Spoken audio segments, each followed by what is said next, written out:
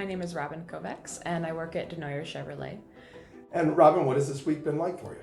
It's been great. I've really learned a lot more than I would have thought, honestly, versus, taking a longer class or something over a semester.